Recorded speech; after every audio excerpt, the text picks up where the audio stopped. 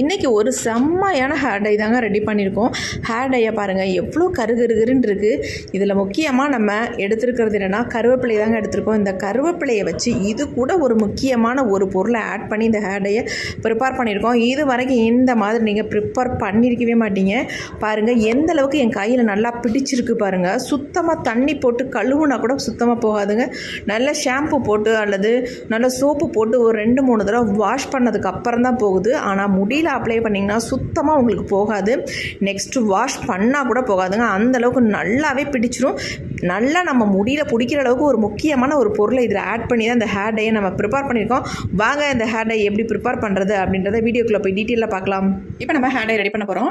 Hair டைக்கு நம்ம என்ன எடுத்துருக்கோம் அப்படின்னா கருவேப்பிலை தான் எடுத்துருக்கோம். இந்த கருவேப்பிலையோட இன்னொரு பொருளை வந்து நம்ம முக்கியமாக சேர்க்க போகிறோம். இது ரெண்டும் சேர்ந்து ஒரு அருமையான கலரை நமக்கு கொடுக்கும். அது மட்டும் இல்லைங்க, நம்ம முடியில் வந்து நல்ல வந்து கலரை தக்க வச்சுக்கும். அதுக்கு ஒரு முக்கியமான ஒரு பொருளை தான் ஆட் பண்ண போகிறோம். அது என்னன்றதை பார்க்கலாம். அது என்னன்னா கிராம்பு தாங்க எடுத்துருக்கோம். இந்த அளவுக்கு கிராம்பு எடுத்துக்கோங்க. ஆனால் இவ்வளவு நமக்கு தேவையில்லை. இதில் வந்து கொஞ்சம் கால்வாசி அளவுக்கு நம்ம கிராம்பு எடுத்துக்கலாம். இப்போ நம்ம என்ன பண்ணுறது அப்படின்றத பார்க்கலாம். இப்போ இந்த மாதிரி மிக்ஸி ஜார் எடுத்துக்கலாம். நம்ம கருவேப்பிலையை தேவையான அளவு இதில் வந்து உருவி எடுத்துக்கலாம். நல்லா ஃப்ரெஷ்ஷான கருவேப்பிலையை எடுத்துக்கோங்க. அது மட்டும் இல்லை, நீங்கள் கருவேப்பிலையை வந்து நல்லா வாஷ் பண்ணிவிட்டு அதுக்கப்புறமேட்டு மிக்ஸி ஜாரில் ஆட் பண்ணிக்கோங்க. ஈரத்தோடு வந்து ஆட் பண்ணாதீங்க. அப்போ நமக்கு அரையும் பொழுது அந்த ஈரத்தன்மை அதிகமாக இருக்கும். ஈரம் இல்லாமல் ட்ரையாக இருந்தால் தான் நமக்கு நல்லா வந்து பொலப்பொலன்னு அரைஞ்சி வரும். வேறு ஒன்றும் இல்லை, அதுக்காக தான் சொல்கிறேன்.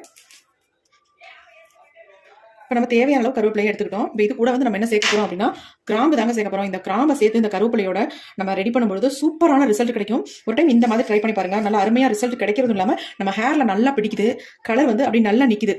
அதுக்காக தான் இந்த கிராம்பை நம்ம சேர்க்கறது. நல்லா இந்த அளவுக்கு கிராம்பு எடுத்துக்கோங்க. இப்போ நம்ம இந்த கருவேப்பிலையோட சேர்த்துக்கலாம். இடிச்செல்லாம் போட வேண்டாம். நம்ம மிக்சியில் தானே போடுறோம், அதனால இடிக்க தேவையில்லை. அப்படியே ஒரு சுற்றி நம்ம எடுத்துக்கலாம். கண்டிப்பாக கொஞ்சம் கூட ஈரம் இருக்கக்கூடாது. ஈரம் இல்லாமல் நம்ம இதை 2 சுற்றி மட்டும் எடுத்துக்கலாம். இப்போ நம்ம லைட்டாக 2 சுற்றினா போதுங்க. பாருங்கள் எந்த அளவுக்கு பொலப்பொலன்னு அரைஞ்சி வந்திருக்கு. பாருங்கள் நல்லா அரைஞ்சி வந்திருக்கு. இந்த மாதிரி நமக்கு வரணும். இப்போ இது அப்படியே இருக்கட்டும். அடுத்து நம்ம என்ன பண்ண போகிறோம் அப்படின்றத பார்க்கலாம். அடுத்து இப்போ வந்து நம்ம இரும்பு கடாய் ஒன்று எடுத்துக்கலாம். அதை வந்து ஸ்டவ்வில் வச்சுட்டு இப்போ ஸ்டவ்வை வந்து ஆன் பண்ணிடலாம். இந்த இரும்பு கடாய் கொஞ்சம் ஹீட் ஆனோடனே இதில் வந்து ஒரு 2 பொருட்கள் மட்டும் நம்ம ஆட் பண்ணிக்கலாம். ஃபர்ஸ்ட் நம்ம இதில் என்ன ஆட் பண்ண போகிறோம் அப்படின்னா 2 ஸ்பூன் அளவுக்கு வெந்தயம் சேர்த்துக்கலாம். ஏன்னா வெந்தயம் வந்து நமக்கு வறுபடாது. அதனால கொஞ்சம் முன்னாடியே ஃபர்ஸ்ட் நம்ம வெந்தயத்தை ஆட் பண்ணிக்கலாம். இது கொஞ்சம் நல்லா வறுபடட்டும்.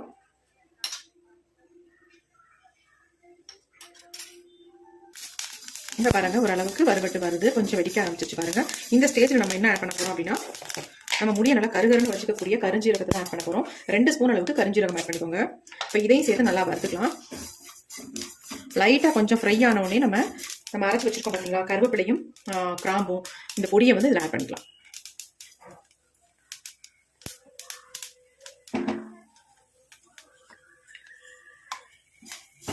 இப்போ இது எல்லாத்தையும் சேர்த்து நல்லா வறுத்து எடுத்துக்கலாம்.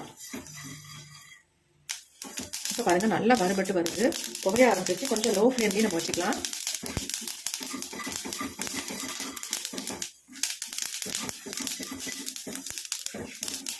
இந்த மாதிரி நல்லா கருப்பா வறுபடணும் நமக்கு.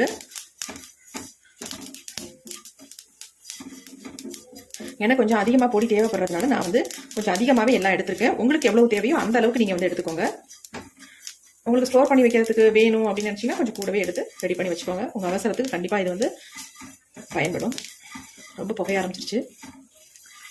இரும்பு கடாய் எடுத்து வறுத்துக்கிட்டிங்கன்னா ஈஸியாக சீக்கிரம் வறுபட்டுரும். அதனால தான் இரும்பு கடாய் எடுக்க சொல்கிறது. அப்படி இல்லைன்னா நார்மல் ஒரு கடாயை எடுத்து யூஸ் பண்ணிக்கோங்க நீங்கள். இப்போ பாருங்க நல்லா வறுபட்டுருச்சு. இதில் வந்து முக்கியமாக அந்த கிராம்பு ஆட் பண்ணியிருக்கோம் பார்த்தீங்களா, அது நல்லா வந்து கலரை வந்து தக்க வச்சுக்கும். ஹேரில் டை அப்ளை பண்ணோம்னா நல்லா கலர் வந்து பிடிக்கும். அந்த கலர் போகவே போகாது. அதனால தான் நம்ம வந்து இதில் வந்து கிராம்பு ஆட் பண்ணுறது. இப்போ கடைசியாக ஒரே ஒரு பொருளை மட்டும் ஆட் பண்ணி நம்ம ஸ்டவ்வை வந்து ஆஃப் பண்ணிக்கலாம். நல்லா வறுபட்டதுக்கு அப்புறமேட்டு ஆஃப் பண்ண போகிற நேரத்தில் நம்ம அதை ஆட் பண்ணிக்கலாம். அது என்னன்னா காஃபி பவுடர் தான் ஆட் பண்ண போகிறோம். ஒரு 2 ரூபாய் பாக்கெட், ஒரு பாக்கெட் நான் இதில் ஆட் பண்ணிக்கிறேன். கடைசியாக தான் இதை நீங்கள் ஆட் பண்ணணும். ஏன்னா பார்த்தீங்களா ஒரு மாதிரி பிசுன்னு ஆயிடுச்சு பாருங்க. அதனால தான் நான் சொன்னேன் கடைசியாக ஆட் பண்ணிக்கோங்க அப்படின்னு. ஏன்னா வறுக்க முடியாது. கண்டிப்பாக நம்ம காஃபி பவுடர் போடும்போது இந்த மாதிரி பிசுன்னு ஆகிடும். அதனால கடைசியாக போட்டுட்டு தான் நீங்கள் ஸ்டவ்வை சுவிட்ச் ஆஃப் பண்ணணும். இப்போ பாருங்கள் ஓரளவுக்கு நம்ம வறுபட்டோடனே அந்த பிசுப்பு தன்மை போயிடும். இப்போ பாருங்கள் கரெக்டாக வந்துருச்சு.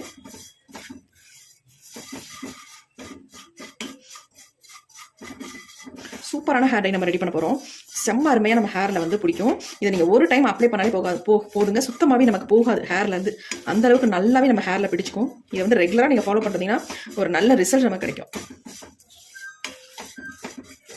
இது வந்து இன்ஸ்டன்ட் ஹேர் டையாகவும் நீங்கள் யூஸ் பண்ணிக்கலாம். பெர்மனெண்ட்டாகவும் உங்கள் ஹேரில் ஃபுல்லாக அப்ளை பண்ணிவிட்டு வாஷ் பண்ணிட்டு வரலாம். நல்ல ரிசல்ட் நமக்கு கொடுக்கும். நல்லா வந்து ஹேர் வந்து நல்லா சேஞ்ச் ஆகி வரும். இப்போ பாருங்கள், நல்லா வரப்பட்டுருச்சு. இப்போ ஸ்டவ்வை சுவிட்ச் ஆஃப் பண்ணிடலாம். இப்போ இதை அப்படியே ஒரு தட்டில் கொட்டி ஆற விட்டுடலாம். அப்படியே நம்ம வச்சிருந்தோம்னா இது ஆறவே ஆறாது.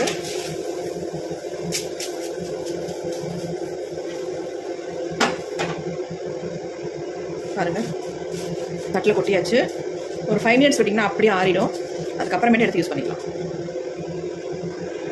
நம்ம அடுத்து என்ன பண்ண போகிறோம் அப்படின்னா, மிக்ஸி ஜார் எடுத்துக்கலாம். அதில் வந்து வறுத்து வச்சுருக்க இந்த பொருள்களை ஆட் பண்ணிக்கலாம். இப்போ இதை வந்து நல்லா நைஸாக அரைச்சி எடுக்க போகிறோம். நல்லா பவுடர் மாதிரி அரைச்சி எடுத்துக்கணும். எல்லாம் நல்லா வரப்பட்டுருக்கறதுனால டக்குன்னு அரைஞ்சிரும், ஒன்றும் இல்லை. இப்போ நம்ம அரைச்சி எடுத்து வந்துடலாம். இப்போ நம்ம அரைச்சி எடுத்தாச்சு. பார்க்கலாம் எப்படி இருக்குது அப்படின்னு.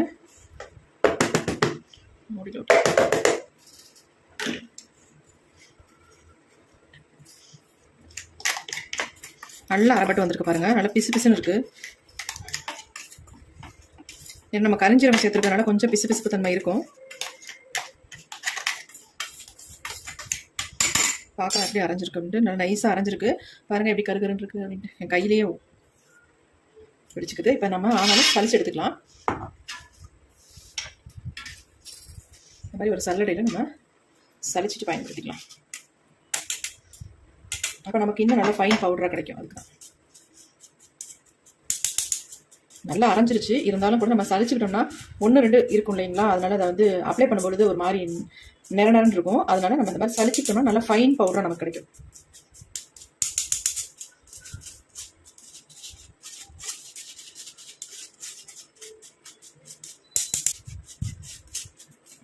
இது கொஞ்சம் குறைக்குறன்னு தான் இருக்குது. இது கூட அப்படியே நம்ம ஒரு தடவை மிக்சியில் போட்டு அரைச்சிட்டு அப்புறம் நம்ம சளிச்சிக்கலாம். லைட்டாக ஒரு ஓட்டு ஓட்டினீங்கனாலே போதும். வேண்டாம், இது கூட நம்ம வச்சிடலாம். இது அப்படி இருக்கட்டும். நம்ம இதை மட்டும் யூஸ் பண்ணிக்கலாம். பாருங்க எப்படி இருக்குப்பா, பயங்கர சாஃப்டாக இருக்குது. கையில் தொடுறதுக்கே அப்படி இருக்குங்க. அவ்வளோ அருமையாக இருக்குது. நல்ல சாஃப்டாக இருக்குது. பாருங்க, கை பாருங்கள், நல்லா பிடிக்குது கையில்.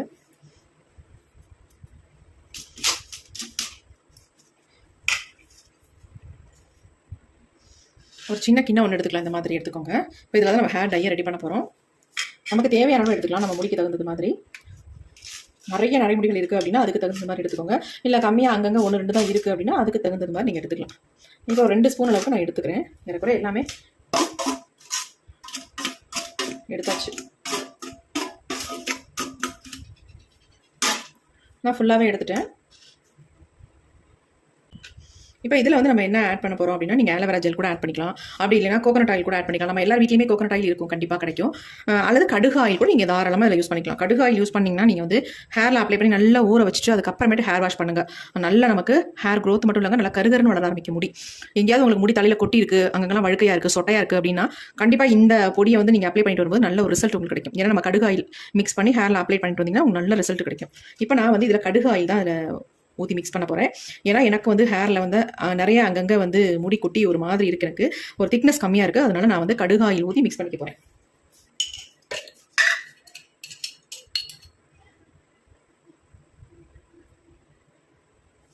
பாருங்க, நல்லா 1 ஸ்பூன் அளவுக்கு எடுத்துக்கிட்டேன். வேறு எதுவுமே நீங்கள் ஆட் பண்ண வேண்டாம். வெறும் கடுகு ஆயில் மட்டுமே போதும் நமக்கு. ஆயில் கூட எனக்கு தீந்துருச்சு. பேக்கெட்டில் இருக்குது, எடுத்து பாட்டிலில் ஊற்றணும். இப்போ இதை வந்து நல்லா மிக்ஸ் பண்ணிக்கலாம்.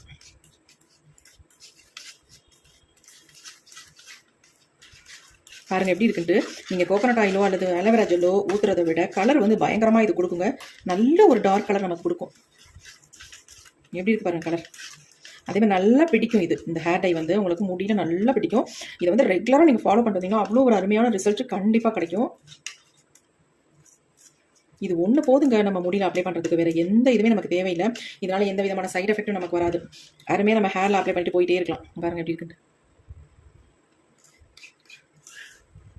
அரிக்குமோ அல்லது நமக்கு வந்து அலர்ஜி வருமோ, இதனால் ஏதாவது பிரச்சனை ஆகுமோ அப்படின்னு எதுவுமே நினைக்க வேணாம். இது ரொம்ப சிம்பிள், ஈஸியாக நம்ம ஹேரில் அப்ளை பண்ணிட்டு போகலாம். இதை வந்து நீங்கள் அப்படியே ஸ்டோர் பண்ணி கூட வச்சுக்கலாம். இதில் என்னென்னா ஆயில் இன்னும் கொஞ்சம் ஊற்றி நீங்கள் ஒரு பாட்டிலில் போட்டு ஒரு 3 நாளைக்கு வெளியில் வெயிலில் வச்சுருங்க. மிதமான வெயிலில் வச்சு அதை எடுத்து யூஸ் பண்ணிட்டு வந்தீங்கனாலே போதும். உங்கள் முடி வந்து நல்லா கருகருன்னு வளர ஆரம்பிச்சிடும். நல்லா ஹேர் க்ரோத் கொடுக்கும். அது முக்கியமான பொருட்கள் தான் நம்ம இதில் ஆட் பண்ணியிருக்கோம். அதனால நல்ல முடியோட வளர்ச்சி நல்லாயிருக்கும். கண்டிப்பாக அதை ட்ரை பண்ணுங்கள். நான் கொஞ்சமாக கையில் உங்களுக்கு தொட்டு காட்டுறேன் எந்த அளவுக்கு இருக்குது அப்படின்ட்டு. ஏற்கனவே என் கை பாருங்கள் எந்த அளவுக்கு பிசு பிசுன்னு நல்லா கருகருன்னு பிடிச்சிருக்கு பாருங்கள் எப்படி இருக்குன்ட்டு. ஹேர் டை செம்மையாக இருக்குது பார்க்குறதுக்கு. நம்ம ஹேரில் அப்ளை பண்ணால் அவ்வளோ அருமையாக இருக்கும் ரிசல்ட். கண்டிப்பாக ட்ரை பண்ணுங்கள். ரொம்ப ரொம்ப உங்களுக்கு யூஸ்ஃபுல்லாக இருக்கும். பாருங்கள் எப்படி இருக்கு. கொஞ்சமாக கையில் அப்ளை பண்ணி கட்டுவாங்க.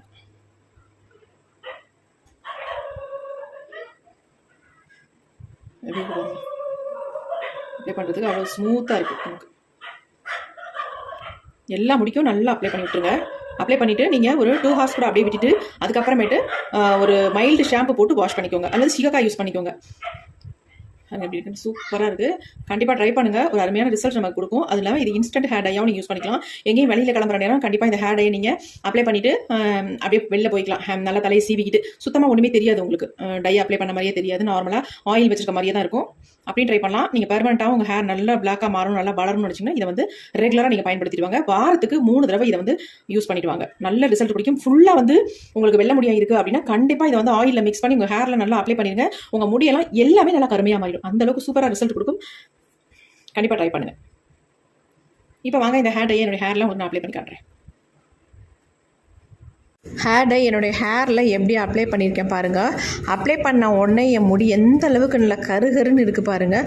சுத்தமாகவே தெரியாதுங்க. இப்படி நம்ம நல்ல ஒரு கோம்பு போட்டு தலையை வாரிட்டு போனோம்னா நம்ம வந்து ஹேர் டை அப்ளை பண்ணியிருக்கோனே தெரியாது. அந்தளவுக்கு நல்லா பாருங்கள் முடி சேஞ்ச் ஆகிருக்கு. நல்லா கருகருன்னு இருக்குது.